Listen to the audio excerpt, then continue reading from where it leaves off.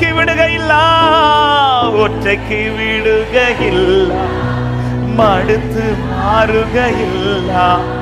ஒற்றைக்கு என்னை ஒரு நாளும் தனியாய் விட மாட்டார். ஆமென். அந்தியப்பரே ஓ இயேசு என்றே கூடைமதி அந்தியம்பரே ஸ்நேகமதி இயேசு என்றே. ஆமென். எத்தனை பேர் விசுவாசிக்கிறீங்க? அவரை நோக்கி இருக்கிற பறவைகளுக்காய், மிருகங்களுக்காய் ஏற்ற நேரத்தில் அவர் கை திறந்து அவர் திருப்தியாக்குவாரானா?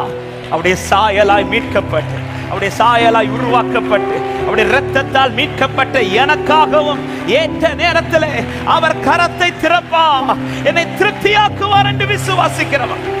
ஹல்லேலூயா. ஆமென். இன்னைக்கு அவர் கை திறக்கலன்னு உங்க பார்வையை மட்டும் மாத்திராதீங்க. ஹல்லேலூயா. அன்பு தேவ பிள்ளை, இந்த வார்த்தை தான் இந்த வருஷ துவக்கத்திலிருந்து ஆண்டவர் இடைப்பட்டு கொண்டே இருந்தார். ஆமென். நமக்காக திறக்க வேண்டிய ஒரே கரம். ஆமா, என்னை திருப்தியாக்க வேற எந்த கரத்தினாலும் ஆகாது, அவர் கரத்தினால் மட்டும்தான். ஆமென். இந்த வசனம் இந்த ஆண்டு நியூ இயர் சர்வீஸ்ல பேசப்பட்டு கொண்டிருந்து அன்றிலிருந்து ஆவியானவர் இடைப்பட்ட ஒரு வார்த்தை இதுதான். என்னை ஜெபிக்க வைத்த வார்த்தை இதுதான். ஆண்டவரே, நீங்க கையை திறந்து எனக்கு என்ன தர விரும்புறீங்களோ அது எனக்கு போதும் ஆண்டவரே, அதுதான் என்னை திருப்தியாக்கும். ஹல்லேலூயா. 104வது சங்கீதத்தின் 28வது வசனம் தான், நீர் கொடுக்க அவைகள் வாங்கிக் கொள்ளும், நீர் உம்முடைய கையை திறக்க அவைகள். என்ன கொடுத்தார் நமக்கு தெரியுமா? தெரியாது. எந்த நன்மைன்னு சொல்லப்பட்டிருக்குதா? தெரியல. அவர் கையை எதிர்பார்த்து இருக்குதே. இந்த பறவைகளும் மிருகங்களும் அவங்க ஏதாவது ஆப்ஷன்லாம் வச்சாங்களா? ஆண்டவரே, இன்னைக்கு எங்களுக்கு இந்த சாப்பாடு தான் வேணும்னு இல்ல. எந்த ஆப்ஷனும் இருக்குல்ல. எல்லாருமே எதை எதிர்பார்க்கிறாங்கன்னா, நீங்க உங்க கையை திறங்க, இதை செய்யுங்க, இப்படி செய்யுங்க. ஆண்டவர், நீங்க உங்க கையை திறங்க. ஆமே.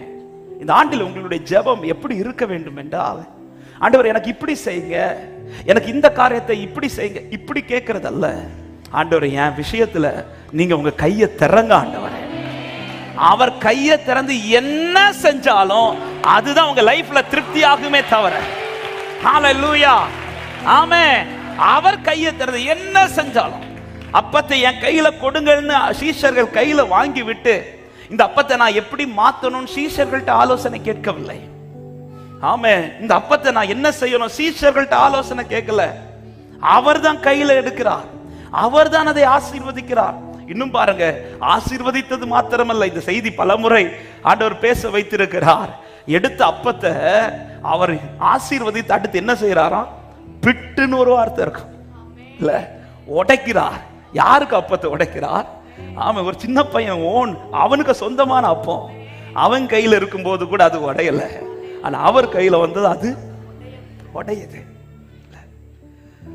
அவர் அந்த அப்பத்தை உடைக்கும் போது அந்த சின்ன பையன் போய் தடுக்கல. ஆண்டவரே, உங்களை நம்பி அப்பத்தை தந்தா நீங்க உடைக்கிறீங்களேன்னு சொல்லிட்டு தடுக்கல.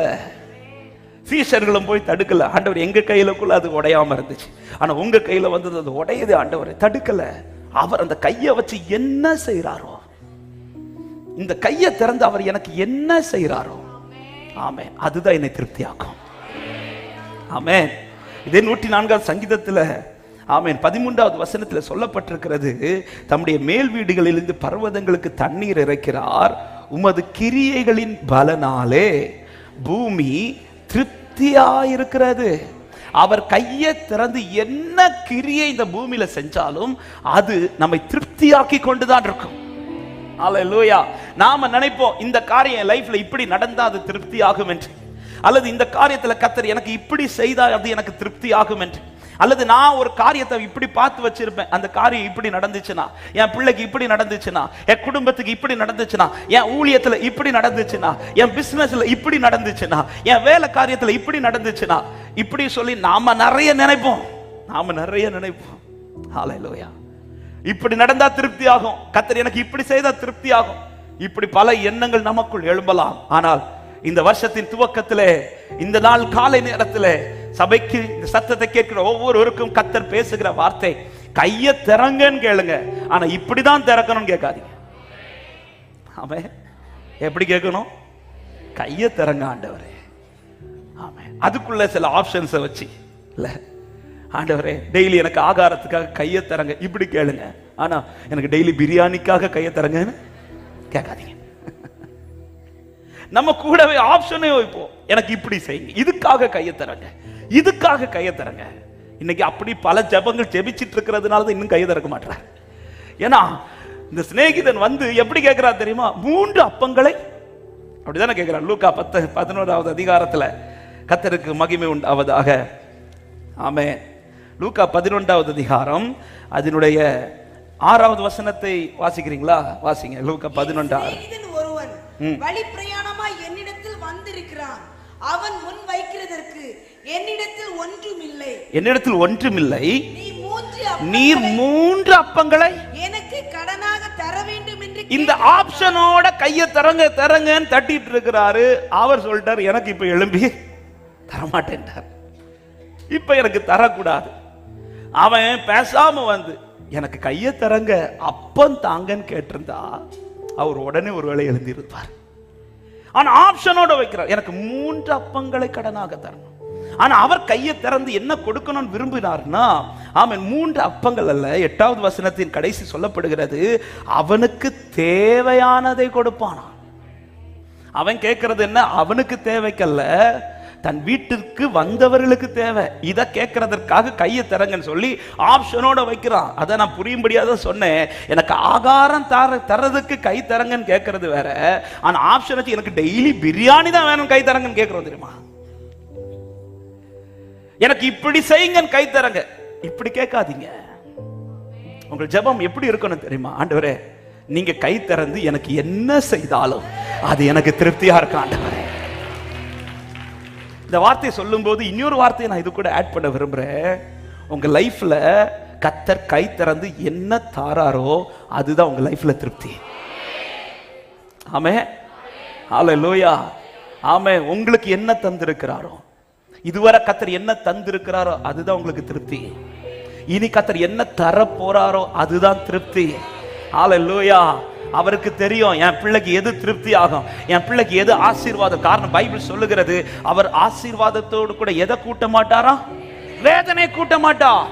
அப்ப எனக்கு கர்த்தர் எது எனக்கு பிளெஸிங்கோ, எது என் தலைமுறைக்கு பிளெஸிங்கோ, எது என் குடும்பத்துக்கு பிளெஸிங்கோ அதை தான் அவர் கை திறந்து தருகிறார். ஹல்லேலூயா. ஆமென். அதை தாண்டி நான் ஒரு ஆப்ஷன் வைக்க கூடாது, எனக்கு இப்படி செய்யுங்க ஆண்டவரே. ஆமென். விருப்பத்தை சொல்லுவது தப்பல்ல, ஆனா விருப்பத்தை கண்டிப்பா செய்யணும்னு வற்புறுத்துவது தப்பு. இயேசு கிறிஸ்துவுக்கும் விருப்பம் இருந்துச்சு. என்ன விருப்பம்? இந்த பாத்திரம் என்னை விட்டு நீங்க கூடுமான அந்த விருப்பத்தை அவர் வற்புறுத்தவில்லை. எனக்கு கண்டிப்பா நீங்க இந்த பாத்திரத்தை நீக்கிதான் ஆகணும் அப்படி கேட்கல. ஆண்டவரே இதை நீக்க கூடுமானால் நீங்கும்படி செய்யும், இது என் விருப்பம். இதே போல எல்லாருக்குள்ளே விருப்பம் இருக்கும். ஆண்டவரே இந்த காரியத்தில் இப்படி நடந்தா நல்லா இருக்கும், இப்படி நடந்தா நல்லா இருக்கும், இது என் விருப்பம். ஆனா என் விருப்பத்தின்படி நீங்க கை திறக்க நான் சொல்லல, நீங்க எப்படி எனக்கு கை திறக்க விருப்பம் இருக்கிறோ அப்படி எனக்கா கை திறங்க ஆண்டவரே. ஆமென். இந்த சிநேகிதன் வந்து என்ன கேட்டிருக்கணும்? என் வீட்டுல சிநேகிதன் வந்திருக்கிறான், கொஞ்சம் அப்பம் கொடுப்பீங்களா, அல்லது அப்பம் கொஞ்சம் தருவீங்களா, இப்படி கேட்டிருக்கணும். ஆனா ஆப்ஷனோட வைக்கிறார். என்ன ஆப்ஷன்? 3 அப்பங்கள். நான் உனக்கு கை திறந்து தர வேண்டியது திருப்தி அடைய, நீ ஆனா கேட்கிறது இன்னைக்கு ஒரு நாளத்துக்கு திருப்திக்கு. நேற்றைக்கு சொன்னேன், கர்த்தர் கை திறந்தார்னா ஒரு நாளைக்கு திருப்தி அல்ல, அது என் தலைமுறைக்கும் திருப்தி ஆயிடும். ஆமென். ஹல்லேலூயா. இஸ்ரவேல் ஜனங்கள் வனாந்திரத்தில் வந்து இப்ப சமுத்திரத்தெல்லாம் தாண்டி இப்ப அவர்களுக்கு பசி எடுக்குது. பசி எடுத்து மோசேட்ட ஆரோன்ட்ட வந்து முறுமுறுக்கிறார்கள். அப்பொழுது கர்த்தர் அவர்களுக்கு ஆமென் காலையில மன்னாவையும் மாலையில இறைச்சியும் கொடுக்கிறார்.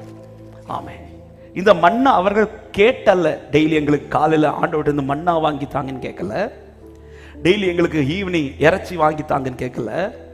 ஆமென். அவங்க பசிக்குதுன்றாங்க, எங்களுக்கு பசிக்குது.